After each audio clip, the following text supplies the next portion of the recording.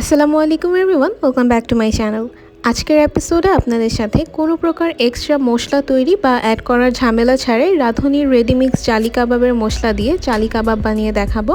আশা করছি আজকের রেসিপিটা আপনাদের কাছে ভালো লাগবে। আজকের জালি কাবাবের বাইন্ডিংয়ের জন্য আমি ডাল ইউজ করব। এর জন্য এখানে হাফ কাপ পরিমাণ বুটের ডাল আমি পর্যাপ্ত পরিমাণে পানি দিয়ে কমপক্ষে 6 থেকে 7 ঘন্টার জন্য ভিজিয়ে রাখবো। আপনারা চাইলে ওভারনাইটও ডালটা ভিজিয়ে রাখতে পারেন।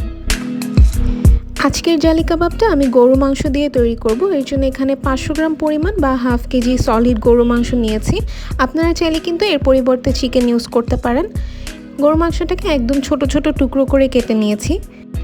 এবার এই মাংসের টুকরোটাকে আমি একটা প্রেসার কুকারে নিয়ে নিচ্ছি সিদ্ধ করার জন্য। আপনারা চাইলে নর্মাল ওয়েতে অর্থাৎ নর্মাল প্যানেও কিন্তু সিদ্ধ করে নিতে পারেন। সেই সাথে দিয়ে দিলাম আমরা 6 থেকে 7 ঘন্টার জন্য যে ডালটা ভিজিয়ে রেখেছিলাম সেটা। দিয়ে দিচ্ছি 2 চা চামচ পরিমাণ আদা বাটা আর 1 চা চামচ দিয়ে দিচ্ছি রসুন বাটা। দিয়ে দিচ্ছি 1 চা চামচের একটু কম হলুদ গুঁড়া আর 1 চা চামচ পরিমাণ লাল মরিচের গুঁড়া। দিয়ে দিচ্ছি পরিমাণ মতো লবণ, প্রায় 1 চা চামচ আছে। এবার সব কিছু একসাথে খুব ভালোভাবে মিক্স করে নিচ্ছি। মিক্স করে নিয়ে এখানে 1 কাপের মতো পানি অ্যাড করে দিচ্ছি। এখানে প্রায় 250 ml পানি আছে। পানির পরিমাণ কিন্তু খুব বেশি হওয়া যাবে না, কারণ এই পানি সহই পুরো মাংস আর ডালটা আমরা একবারে ব্লেন্ড করে নিব। দেখতে পাচ্ছেন আমি প্রেসার কুকারে সব কিছু সিদ্ধ করে নিয়েছি, আর সিদ্ধ করার পর এটাকে খুব মিহি করে ব্লেন্ড করে নিতে হবে। আপনারা চাইলে পাটায় পিষে নিতে পারেন। এবার এই মিক্সচার আমি হাফ কাপ পরিমাণ পেঁয়াজ কুচি দিয়ে দিলাম। দিয়ে দিচ্ছি হাফ কাপ পরিমাণ পুদিনা পাতা কুচি। এটা অবশ্যই দিবেন আর চেষ্টা করবেন একটু বেশি পরিমাণে ইউজ করতে। 2 টেবিল চামচ দিয়ে দিচ্ছি ধনে পাতা কুচি। 1 টেবিল চামচ বা স্বাদ মতো কাঁচামরিচ কুচি। ঝালটা আপনারা নিজেদের মতো অ্যাডজাস্ট করে নিতে পারবেন। দিয়ে দিচ্ছি 1 টেবিল চামচ পরিমাণ লেবুর রস। রুম টেম্পারেচারে থাকা মোটামুটি মিডিয়াম সাইজের একটা ডিম অ্যাড করে দিচ্ছি। আজকের জালি কাবাবের জন্য এখানে আমি রাঁধুনি রেডি মিক্স জালি কাবাব মশলার 50 গ্রামের একটা প্যাকেট নিয়েছি। আমি যে পরিমাণ কাবাব আজকে বানাচ্ছি এর জন্য আমাদের পুরো প্যাকেট মশলা লাগবে না, অর্ধেকটুকু অর্থাৎ 25 গ্রাম মশলা লাগবে। আপনারা যদি 1 কেজি মাংসের কাবাব বানান সেক্ষেত্রে পুরো প্যাকেট মশলা ইউজ করবেন। এবার দিয়ে দিচ্ছি পরিমাণ মতো লবণ, সেই সাথে দিয়ে দিচ্ছি 1/4 কাপ পরিমাণ পেঁয়াজ বেরেস্তা। এবার সব কিছু একসাথে খুব ভালোভাবে মিক্স করে নিব। জালি কাবাব কিন্তু ইউজুয়ালি এরকম মাংস আর ডাল সিদ্ধ করে বানানো হয় না, কাঁচা মাংসের সাথে পাউরুটি মিশিয়ে বানানো হয়। তবে আজকে আমি আমার বাসায় সবসময় যেভাবে এই কাবাবটা বানানো হয় আমি সেই রেসিপিটাই শেয়ার করেছি। আশা করছি আপনাদের কাছে ভালো লাগবে। সব কিছু একসাথে খুব ভালোভাবে আমি মিক্স করে নিয়েছি। এবার এখান থেকে একটু একটু করে মিক্সচার হাতে নিয়ে ঠিক এভাবে কাবাবগুলো বানিয়ে নিতে হবে।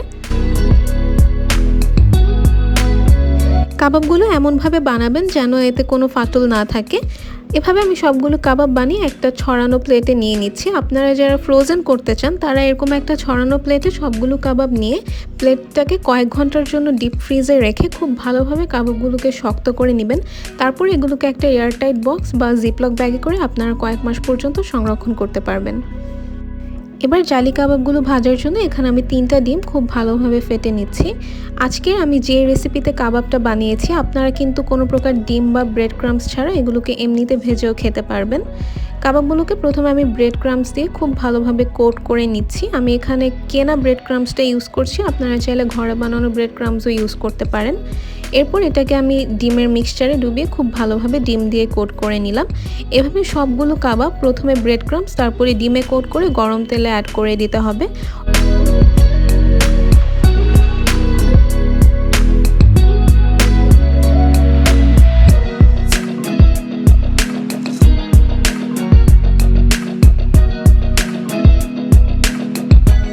এবার এই কাবাবগুলোকে আমি মিডিয়াম আঁচে উল্টে পাল্টে ভেজে নিব।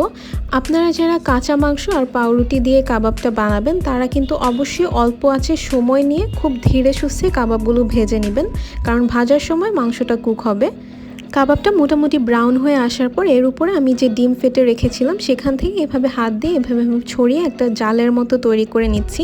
আশা করছি আপনারা ভিডিও ক্লিপ দেখেই বুঝতে পারছেন কাজটা কিভাবে করতে হবে।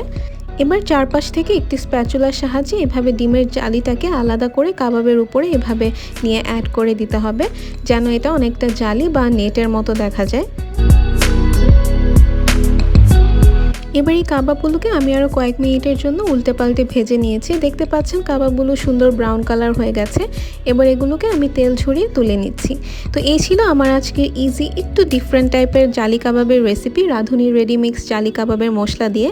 আশা করছি আজকের রেসিপিটা আপনাদের ভালো লেগেছে। ভালো লাগলে আজকের ভিডিওটিতে লাইক, কমেন্ট অ্যান্ড শেয়ার করতে ভুলবেন না। আজকের ভিডিওটি দেখার জন্য আপনাদের সবাইকে অসংখ্য ধন্যবাদ। নেক্সট অন্য কোনো রেসিপি নিয়ে হাজির হব। টিল দেন সবাই খুব ভালো থাকবেন। আল্লাহ হাফেজ।